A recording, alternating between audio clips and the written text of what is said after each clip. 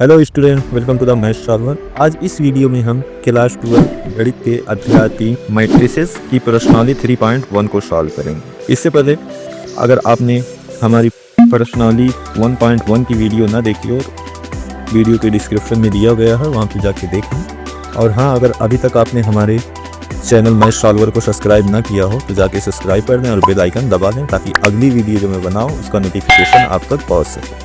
Video के description में WhatsApp group का लिंक भी दिया गया, वहाँ से जाके हमारे व्हाट्सएप ग्रुप से ज्वाइन हो जाइए। आज की वीडियो में हम प्रश्नावली 3.1 को सॉल्व करेंगे। तो उससे पहले कुछ इंपॉर्टेंट डिफिनेशन है उसको देख लेते हैं, फिर उसके बाद हम सॉल्व करेंगे प्रश्नावली 3.1 को। तो परिभाषा फर्स्ट यानी मैट्रिक्स की परिभाषा यानी आबहू। आबहू संख्या फलनों का एक आयताकार क्रम विन्यास है। इन संख्याओं या फलनों को आबहू के अवयव या प्रविष्टियां कहते हैं। आबहू को हम अंग्रेजी की वर्णमाला के बड़े अक्षर यानी कैपिटल लेटर द्वारा व्यक्त करते हैं। आबहू के कुछ निम्नलिखित उदाहरण हैं। आबहू मीन्स मैट्रिक्स। तो यहाँ पे देख सकते हैं ये हमारी मैट्रिक्स दी गई है और यहाँ पे लिखा था कि अंग्रेजी के वर्णमाला के बड़े अक्षरों से व्यक्त करते हैं। तो यहाँ पे देख सकते हैं इसे ए से व्यक्त किया गया, कैपिटल ए, कैपिटल बी और कैपिटल सी। तो मैट्रिक्स के अंदर जो ये दिया एलिमेंट, इसको आबहू के अवयव या तो मैट्रिक्स का एलिमेंट कहते हैं। ठीक, उपर्युक्त उदाहरण में क्षैतिज रेखाएं आबहू की पंक्तियां यानी रो, यानी इस वाले को हम रो कहते हैं। ठीक, और ऊर्ध्वाधर रेखा आबहू का स्तंभ यानी कॉलम कहलाता है और इस वाले को हम कॉलम कहते हैं। ठीक, इस प्रकार ए में 3 पंक्तियां यानी ए वाले में देख सकते हैं 3 रो हैं, फर्स्ट, सेकंड एंड थर्ड। 3 पंक्तियां और 2 स्तंभ हैं और 2 कॉलम है, यानी एक ए है और एक ए है। ठीक, आबहू की कोटि यानी order of a matrix. M पंक्ति तथा एन स्तंभों यानी एम रो तथा एन कॉलम वाले किसी आबहू को हम एम क्रॉस एन कोटि यानी ऑर्डर का आबहू अथवा केवल एम क्रॉस एन आबहू कहते हैं। यानी अगर हमारी कोई मैट्रिक्स है, जैसे ये कितना एम क्रॉस एन की है, ठीक, हम इस मैट्रिक्स के ऑर्डर को एम क्रॉस एम कहते हैं। एवं आबहू के उपर्युक्त उदाहरणों में संदर्भ ए यानी जो पिछला उदाहरण हम देखें उसमें ए की जो मैट्रिक्स थी वो 3 क्रॉस 2 की थी और बी की जो थी वो 3 क्रॉस 3 की थी और सी की जो थी 2 क्रॉस 2 की थी। ठीक, समानता किसी एम क्रॉस एन आबहू को निम्नलिखित आयताकार क्रम विन्यास होता है। यानी ये मैट्रिक्स, जैसे कोई मैट्रिक्स है एम क्रॉस एन की, तो उसको हम इस तरह से लिखते हैं जैसे ये बताया गया। ठीक है, आबहू के प्रकार यानी टाइप ऑफ मैट्रिसेस। इस अनुच्छेद में हम विभिन्न प्रकार के आबहू की परिचर्चा करेंगे। तो पहला है स्तंभ आबहू यानी कॉलम मैट्रिक्स। एक आबहू स्तंभ आबहू कहलाता है, यानी एक मैट्रिक्स कॉलम मैट्रिक्स कहलाता है यदि उसमें केवल एक स्तंभ होता है, यानी उसमें केवल एक कॉलम हो। उदाहरण के लिए यहाँ पे देख सकते हैं मैट्रिक्स ए दी गई है, इसमें केवल एक कॉलम है, तो इसका जो कोटि यानी ऑर्डर होगा 4×1। दूसरी देखते हैं पंक्ति आबहू यानी रो मैट्रिसेस। तो रो मैट्रिसेस में केवल एक रो होता है, उसे हम रो मैट्रिसेस कहते हैं। तो ये बी वाला एग्जांपल देख सकते हैं, इसमें केवल एक रो है। वर्ग मैट्रिसेस यानी स्क्वायर मैट्रिक्स। तो स्क्वायर मैट्रिक्स उस मैट्रिक्स को कहते हैं जिसमें रो और कॉलम बराबर हो। तो इस वाली मैट्रिक्स में देख सकते हैं इसमें 3 रो है यानी फर्स्ट, सेकंड एंड थर्ड, और 3 कॉलम है, फर्स्ट, सेकंड एंड थर्ड। तो ये मैट्रिक्स जो बनेगी 3 क्रॉस 3 की, इसको हम स्क्वायर मैट्रिक्स यानी वर्ग आबहू कहते हैं। विकर्ण आबहू यानी डायगोनल मैट्रिक्स। तो डायगोनल मैट्रिक्स में केवल जो डायगोनल होता है यानी ए वाला, इसे डायगोनल कहते हैं। डायगोनल में जो एलिमेंट होता है उसको छोड़कर बाकी सभी एलिमेंट जो मैट्रिक्स में रहेंगे वो 0 होंगे। तो यहाँ पे दिया परिभाषा, एक वर्ग आबहू यानी वर्ग आबहू दिया एम क्रॉस एन का विकर्ण आबहू कहलाता है यदि विकर्ण के अतिरिक्त, विकर्ण इसे कहते हैं, ठीक, अगर विकर्ण के अतिरिक्त अन्य सभी अवयव शून्य होते हैं, अर्थात एक आबहू B equal to B I J M cross N विकर्ण आबहू कहलाता है यदि B I J equal to 0 हो, जब I not equal to J. ठीक, यहाँ पे एग्जाम्पल दिया गया है, यहाँ पे देख सकते हैं ये हमारा विकर्ण है मैट्रिक्स का यानी डायगोनल। इसके अलावा जो सभी एलिमेंट हैं वो 0 हैं। तो इस टाइप की मैट्रिक्स को हम डायगोनल मैट्रिक्स कहते हैं। अदिश आबहु यानी स्कॉलर मैट्रिक्स। एक विकर्ण आबहु अदिश आबहु कहलाता है यदि इसमें विकर्ण के अवयव समान हैं, अर्थात एक वर्ग आबहु बी इक्वल टू दिया है B I J N cross N की मैट्रिक्स है। अदिश आबहु कहलाता है यदि B I J equal to 0 हो, जब नॉट इक्वल टू जे हो, और B I J equal to K हो जब आई इक्वल टू जे हो, जहाँ के कोई अचर है। यहाँ पे देख सकते हैं उदाहरण दिया गया है ये वाला ए इक्वल टू 3 और बी वाला दिया गया है और सी में भी दिया गया है। तत्समक आबहु यानी आइडेंटिटी मैट्रिक्स। आइडेंटिटी मैट्रिक्स वो मैट्रिक्स होती है जिसके डायगोनल में एलिमेंट 1 हो और 1 1 हो और बाकी और जो एलिमेंट है मैट्रिक्स के वो 0 हो। फॉर एग्जांपल जैसे हमारी 2 की मैट्रिक्स है तो इसका जो डायगोनल में एलिमेंट रहेगा वो 1 होना चाहिए और बाकी सभी एलिमेंट 0 होने चाहिए। हमारी 2 की मैट्रिक्स है। वर्ग आबहु यानी स्क्वायर मैट्रिक्स भी होना चाहिए। तो इसकी डिफिनेशन में दिया एक वर्ग आबहु जिनके विकर्ण के सभी अवयव 1 हो, 1 होते हों तथा शेष अन्य सभी अवयव शून्य होते। तो ये हमारे विकर्ण के अवयव 1 होना चाहिए, बाकी जो और एलिमेंट है वो शून्य होना चाहिए। उसे हम आइडेंटिटी मैट्रिक्स कहलाते हैं। दूसरे शब्द में ए को हम इस तरह से लिखते हैं यानी matrix A equal to I J N cross N की मैट्रिक्स है और यहाँ पे दिया यदि आई इक्वल टू जे हो तब 1 होना चाहिए और यदि आई नॉट इक्वल टू जे हो तब 0 होना चाहिए। तो ये थी हमारी आइडेंटिटी मैट्रिक्स। 2 के लिए आइडेंटिटी है, 3 के लिए। यह शून्य मैट्रिक्स ऐसी मैट्रिक्स जिसके सभी एलिमेंट शून्य हो उसे शून्य आबहु या 0 मैट्रिक्स कहते हैं। एग्जाम्पल में देख सकते हैं ये जो मैट्रिक्स दी गई इसके सभी एलिमेंट शून्य, तो इस टाइप की मैट्रिक्स को हम 0 मैट्रिक्स या तो शून्य आबहु कहते हैं। आबहु की समानता यानी इक्वालिटी ऑफ मैट्रिसेस।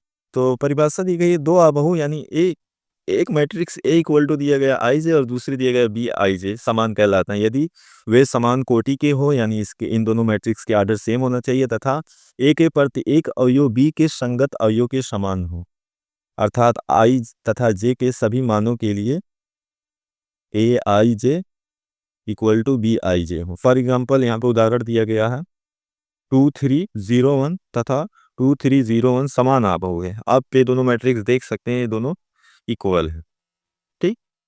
किंतु 3201 और 2301 समान आबहु नहीं है। ये दोनों मैट्रिक्स देख सकते हैं, दोनों समान नहीं, ठीक।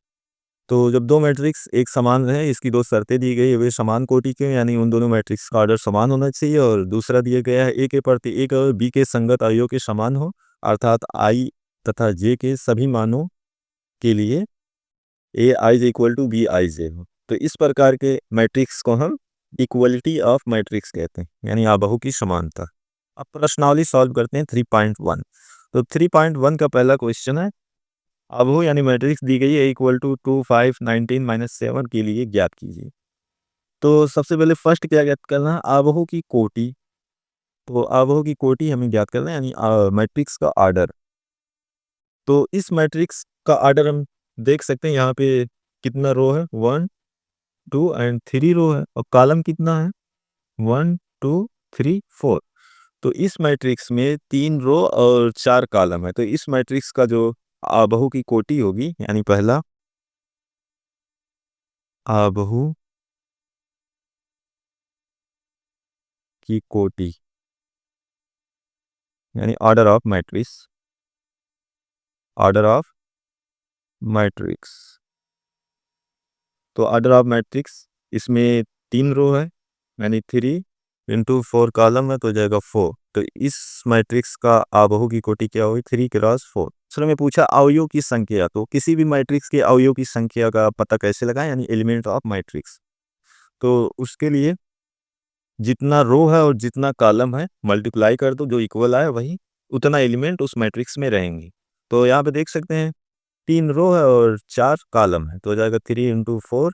तो 3 को 4 से मल्टीप्लाई करेंगे तो कितना मिलेगा 12। तो इस मैट्रिक्स में कुल कितने अवयव हैं 12 अवयव। तो अवयव की संख्या कितना हो गई, अवयव की संख्या इक्वल टू 12। अब तीसरा क्या दिया है, तीसरा दिया गया है कि अवयव A13 A21 A33 A24 and A23 हमें बताना है कि कौन सा है। तो मैट्रिक्स को हम इस तरह से लिखते हैं, यहाँ पे दिया है 3 क्रॉस 4 की मैट्रिक्स, तो हम इसको इस तरह से लिखेंगे A11, A12, A13 and A14। और दूसरा रो A21, A22, A23, A24। और तीसरा A31, A32, A33, A34। ठीक, ये हमारी मैट्रिक्स को हम इस प्रकार लिखते हैं। ये हमारी कितना 3 क्रॉस 4 की मैट्रिक्स। और हमें जो मैट्रिक्स दी गई है क्वेश्चन में उसको लिख लेंगे इक्वल करके, तो हो जाएगा 2, 5, 90 -7। तो हमसे क्या पूछा है, A13 की वैल्यू। A13 यहाँ है, फर्स्ट रो का तीसरा एलिमेंट। तो A13 की वैल्यू, ये दोनों मैट्रिक्स को कंपेयर करेंगे आपस में, तो A13 की वैल्यू कितना मिली 9। तो A13 इक्वल टू हो जाएगा 19। अब फिर पूछा है A21, तो A21 सेकंड रो का पहला एलिमेंट, तो यहाँ पे देख सकते हैं सेकंड रो का पहला एलिमेंट। तो A21 की वैल्यू कितना है 35। अब हमें पता लगाना है A33, तो A33 कहाँ है, यहाँ पे, यानी थर्ड रो के तीसरा एलिमेंट। तो थर्ड रो का तीसरा एलिमेंट क्या, -5। तो A33 की वैल्यू क्या हुई -5। और A24 सेकंड रो का चौथा एलिमेंट। तो A24 इक्वल टू क्या हो गया 12। अब A23 पर, तो सेकंड रो का तीसरा एलिमेंट तो है 5/2। तो A23 इक्वल टू क्या हो गया 5/2। ठीक, तो ये वैल्यू मिली A13 की, A21, A33 की, और A24 और A23 की। तो पहले क्वेश्चन में बस यही इतना करना। क्वेश्चन नंबर 2 में दिया है, यदि किसी आबहों में 24 अवयव हो, यानी किसी मैट्रिक्स में 24 एलिमेंट हो, तो उसकी संभव कोटियां क्या होंगी, तो उस मैट्रिक्स का ऑर्डर क्या क्या हो सकता। ठीक, तो फिर दूसरा दिया गया, यदि इसमें 13 अवयव हो, यानी 13 एलिमेंट हो, तो उसकी कोटियां यानी उसका ऑर्डर क्या क्या हो सकता। यहाँ पे कितना दिया गया 24 एलिमेंट हो, तो हमें दो ऐसे नंबर ढूंढना है जिसको मल्टीप्लाई करने से 24 मिले। या तो इस प्रकार से भी खोज सकते हैं, यानी 24 का डिवीजर क्या क्या होता है। तो 24 का डिवीजर अगर हम खोजेंगे तो हो जाएगा 24 का डिवीजर 1, 2, 3 और 4 भी होगा 24 का डिवीजर, और 4, 5, 6 भी होगा 24 का डिवीजर। यानी 24 को किस किस संख्या से डिवाइड किया जा सकता है, और 8 भी हो जाएगा, 9, 10, 11 फिर 12 होगा, और एक 24 खुद रहेगा। इन सभी संख्याओं से 24 को डिवाइड किया जा सकता है। तो इन सभी संख्याओं में से अब हमें दो ऐसी संख्या देखना है कि जिसको मल्टीप्लाई करने से 24 हो जाए। तो पहला हो जाएगा 1 × 24, ये हो गया एक ऑर्डर। एक और 24 को गुणा करेंगे तो कितना आएगा 24। ठीक, अब हो गया 2 × 12, 2 को 12 से गुणा करेंगे तो कितना मिलेगा 24। फिर हो जाएगा 3 × 8, 3 को 8 से गुणा करेंगे तो कितना आएगा 24। बस यही हमें देखना है कि दो संख्या ऐसी चाहिए जिसको गुणा करने पे 24 मिलता। अब 4 को 6 से गुणा करेंगे तो कितना हो जाएगा 24। अब उल्टा करते जाते हैं, यानी 6 को 4 से गुणा करेंगे तो कितना हो जाएगा 24। अब 8 को 3 से गुणा करेंगे तो हो जाएगा 24। फिर 12 को 2 से करेंगे तो हो जाएगा 24। फिर 24 को 1 से करेंगे तब भी 24 मिलेगा। तो अगर किसी मैट्रिक्स में 24 एलिमेंट हो तो उसकी संभव कोटियां क्या होंगी, ये होंगी 1 × 24, 2 × 12, 3 × 8, 4 × 6, 6 × 4, 8 × 3, 12 × 2 एंड 24 × 1। अब फिर क्वेश्चन में दिए गए, यदि इसमें 13 एलिमेंट हो तो 13 का डिवीजर क्या क्या होता है। 13 एक तो 1 से डिवाइड हो सकता है और खुद से केवल हो सकता है। तो इसकी कोटियाँ क्या बनेगी 1 × 13 एंड 13 × 1। तो अगर किसी मैट्रिक्स में 13 एलिमेंट हो तो उसका ऑर्डर ये होगा 1 × 13 एंड 13 × 1। तो इसका आंसर ए मिला पहला वाला के लिए, और बाकी जो 13 एलिमेंट हो उसके लिए ए वाला आंसर मिला। क्वेश्चन नंबर 3, यदि किसी आबहों में 18 अवयव, पिछले वाले क्वेश्चन से रिलेटेड है, तो उसकी संभव कोटियां क्या होंगी। तो 18 अवयव हो तो फिर सबसे पहले 18 को कौन कौन सी संख्या से भाग दिया जा सकता है उसको देख लेंगे। इसको कोई ज़रूरी नहीं है, बस इससे क्या होगा आसानी से मिल जाएगा। ठीक, तो 18 को 1 से 2 से भी भाग दे सकते हैं, 18 6 त्रिक 18, तो 3 से भी, 4 से नहीं, 5 से नहीं, 6 से भी दे सकते हैं, 8 से नहीं, 9 से भाग दे सकते हैं। उसके बाद 9 फिर 18 आ जाएगा, ठीक। तो ये 6 संख्या हैं जिससे 18 में भाग दे सकती हैं। तो अब हमें इन संख्याओं में से ढूँढना है कि किससे किसको मल्टीप्लाई करें कि 18 मिल जाए। तो पहला 1 से अगर मल्टीप्लाई करेंगे 18 से तो 18 मिलेगा। दूसरा 2 को 9 से करेंगे तो 18 मिलेगा। तीसरा 3 को 6 से करेंगे तो 18 मिलेगा। अब इसका उल्टा कर देते हैं। 6 को 3 से करेंगे तो 18 मिलेगा। 9 को 2 से करेंगे तो 18 मिलेगा और 18 को 1 से करेंगे तो 18 मिलेगा। तो अगर किसी मैट्रिक्स में 18 एलिमेंट हो तो उसकी संभव कोटियाँ ये बनेंगी। 1 cross 18, 2 cross 9, 3 cross 6 and 6 cross 3 and 9 cross 2 and 18 cross 1। तो पहले वाले जो आधा क्वेश्चन था उसका आंसर ए मिला। अब दूसरा क्वेश्चन यहाँ से शुरू होता है, यदि इसमें 5 अवयव हों तो क्या होगी? अगर बोल रहा है कि मैट्रिक्स में 5 एलिमेंट हो तो इसकी कोटियाँ क्या होगी? तो 5 का डिवीज़र खोजना, तो 5 का डिवीज़र 1 है और 5 है। तो इसका क्या होगा? 1 क्रॉस 5 और 5 क्रॉस 1। तो अगर किसी मैट्रिक्स में 5 ही एलिमेंट हो तो उसकी संभव कोटियाँ क्या होगी? 1 क्रॉस 5 एंड 5 क्रॉस 1। तो दूसरा जो क्वेश्चन था उसी में उसके लिए ये आंसर। 4 में दिया गया यदि एक 2 क्रॉस 2 आव्यूह यानी 2 क्रॉस 2 की मैट्रिक्स और ए इक्वल टू ए आई जे की रचना कीजिए जिसके अवयव निम्नलिखित प्रकार से प्रदत्त। इस क्वेश्चन में क्या पूछा है कि अगर कोई 2 क्रॉस 2 की मैट्रिक्स हो, मैट्रिक्स से बना के दिया गया ए इक्वल टू ए आई जे, तो इसकी रचना करना है जिसका अवयव निम्नलिखित प्रकार से। तो अवयव यहाँ फर्स्ट में दिया गया है कि यदि ए आई जे इक्वल टू हो आई प्लस जे का होल स्क्वायर अपान 2। तो यहाँ पे मैट्रिक्स की कोटि यानी ऑर्डर कितना दिया गया? 2 क्रॉस 2। तो आई की वैल्यू क्या हो सकती है?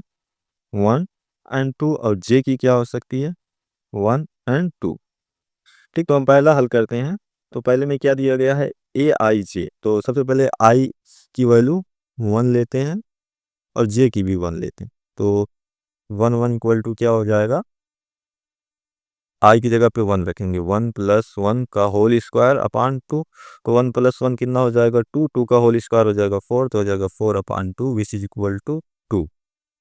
अब आई इक्वल टू 1 लेते हैं और जे इक्वल टू 2 लेते हैं, तो हो जाएगा 1 2। तो यहाँ पे आई की जगह पे 1 रखेंगे और जे की जगह पे 2, तो हो जाएगा 1 प्लस 2 का होल स्क्वायर अपान 2। तो 1 प्लस 2 हो जाएगा 3, 3 का स्क्वायर कितना हो जाएगा? 9 अपान 2। तो ये 12 की वैल्यू में अब आई इक्वल टू ले लेते हैं 2 और जे इक्वल टू लेते हैं 1, तो हो जाएगा 21। तो आई की जगह पे 2 रखेंगे और जे की जगह पे 1, तो हो जाएगा स्क्वायर होल स्क्वायर अपान 2, तो हो जाएगा 2 plus 1 which is equal to 3, 3 का स्क्वायर कितना हो जाएगा? 9, 9 अपान 2। अब अब आई की जगह 2 लेते हैं और जे को भी 2 लेते हैं, तो हो जाएगा 2 into 2 which is equal to 2 plus 2 का होल स्क्वायर अपान 2। तो 2 प्लस 2 हो जाएगा 4, 4 का स्क्वायर हो जाएगा 16 अपान 2। तो 16 में जब 2 से डिवाइड करेंगे तो कितना मिलेगा? तो हम समानता मैट्रिक्स को कैसे प्रदर्शित करते हैं? 2 क्रॉस 2 की मैट्रिक्स है तो हम इसको इस तरह से लिखते हैं, A11, A12 एंड A21 और A22। ठीक, में A11 की वैल्यू कितना मिली है? 2, तो मैट्रिक्स में रख देंगे, तो हो जाएगा इक्वल टू A11 की वैल्यू कितना है? 2। A2 A12 की वैल्यू कितना है? 9 अपान 2, तो हो जाएगा 9 अपान 2। और A21 की वैल्यू कितना है? A21 यहाँ है और इसकी भी वैल्यू 9 अपान 2 है, तो हो जाएगा 9 अपान 2। और A22 की वैल्यू कितना है? 8, तो यहाँ पे हो जाएगा 8। ठीक, तो पहले वाले के लिए जो मैट्रिक्स मिली वो ये मिली। अब इसी प्रकार दूसरे के लिए भी पता लगाना है। दूसरे में क्या दिया है? ए आई जे इक्वल टू आई जे। जब हम आई और जे को 1 1 लेंगे तो हो जाएगा A11, आई की जगह पे 1 और जे की जगह पे 1, तो हो जाएगा इक्वल टू 1। और जब आई को हम लेंगे 1 और जे को लेंगे 2, तो हो जाएगा आई की जगह पे 1, जे की जगह पे 2, तो हो जाएगा 1 अपान 2। अब ये 21 यानी आई को 2 लिया और जे को 1 लिया, तो हो जाएगा 2 अपान 1 विच इज इक्वल टू 2। अब आई को भी 2 लेंगे और जे को भी 2 लेंगे, तो हो जाएगा 2 अपान 2 विच इज इक्वल टू 1। तो दूसरे के लिए क्या मैट्रिक्स बनी? A11 जैसे ये मैट्रिक्स बनी है 2 के रास 2 की। ठीक, तो ये भी 2 के रास 2 की मैट्रिक्स है। तो A11 क्या था यहाँ पे, A11 मिला था हमें 1 तो रखेंगे 1। A12 क्या था, A12 1/2 जगह 1/2 और A21 2 था तो जाएगा 2, A22 कितना था 1 तो जाएगा 1। ठीक, तो ये दूसरे के लिए हमारी मैट्रिक्स मिली। अब तीसरा भी ढूंढ लेते हैं। तो तीसरे में दिया गया Aij इक्वल टू I+2j का होल स्क्वायर अपॉन 2। ठीक, तो अगर हम I इक्वल टू ले लेते हैं 1 और j इक्वल टू लेते हैं 1, तीसरे वाले में जब रखेंगे तो ये क्या हो जाएगा, A11 I की जगह पे 1 रखेंगे तो जाएगा 1 और j की जगह पे 1 रखेंगे तो 2 इंटू 1 विच इक्वल टू 2 ही रहेगा और स्क्वायर अपॉन 2 तो हो जाएगा 3 का स्क्वायर कितना हो जाएगा 9/2। अब I इक्वल टू ले लेते हैं 1 और j इक्वल टू लेते हैं 2 तो A12 इक्वल टू कितना हो जाएगा 1 प्लस 2 इंटू 2 j की जगह पे जब 2 रखेंगे तो 2 गुणे 2 कितना हो जाएगा 4 का होल स्क्वायर अपॉन 2 तो 1 + 4 विच इक्वल टू 5 का स्क्वायर कितना हो जाएगा 25/2। अब I इक्वल टू ले लेते हैं 2 और j इक्वल टू ले लेते हैं 1 तो ये कितना हो जाएगा A21 इक्वल टू कितना हो जाएगा, I की जगह पे रखेंगे 2 और j की जगह पे 1 तो 2 into 1 which is equal to 2 तो हो जाएगा 2 + 2 का स्क्वायर अपॉन 2 तो 2 + 2 विच इज इक्वल टू 4 का स्क्वायर कितना होता है 16/2 तो 16/2 विच इज इक्वल टू 8। अब I की वैल्यू ले लेते हैं 2 और j की भी ले लेते हैं 2 तो हो जाएगा A22 तो I की जगह पे 2 रखेंगे हो जाएगा 2 + 2 और j की जगह पे 2 रखेंगे तो 2 into 2 which is equal to हो जाएगा 4 का होल स्क्वायर अपॉन 2 तो 2 + 4 विच इज इक्वल टू 6 का स्क्वायर कितना होता है 36/2 विच इज इक्वल टू 18। तो ये हमें एलिमेंट मिला तो हमारी 2 की जो मैट्रिक्स बनी वो क्या बनेगी 2 ये भी 2 की थी। तो पहला एलिमेंट यानी A11 कितना मिला 9/2 तो ये जाएगा 9/2। अब दूसरा एलिमेंट यानी A12 कितना मिला 25/2 जाएगा 25/2। A21 वाला एलिमेंट कितना मिला 8 तो ये जाएगा 8 और A22 वाला एलिमेंट कितना मिला 18 तो ये जाएगा 18। तो ये हमारी तीसरे के लिए मैट्रिक्स मिली। ठीक, तो आज की वीडियो में इतना ही। वीडियो थोड़ा लंबी हो रही थी तो इसलिए हमने 4 क्वेश्चन हल किया, बाकी जो क्वेश्चन बचा है उसको अगली वीडियो में सॉल्व करेंगे। ठीक, तो अगर वीडियो अच्छी लगा हो तो लाइक करें और अपने दोस्तों के साथ शेयर करें और अगला जो बाकी क्वेश्चन बचा है उसकी वीडियो देखने के लिए चैनल को सब्सक्राइब करें और बेल आइकन दबा दें ताकि जब मैं अगली वीडियो जो बचे हुए क्वेश्चन की बनाऊँ उसका नोटिफिकेशन आप तक पहुँचे।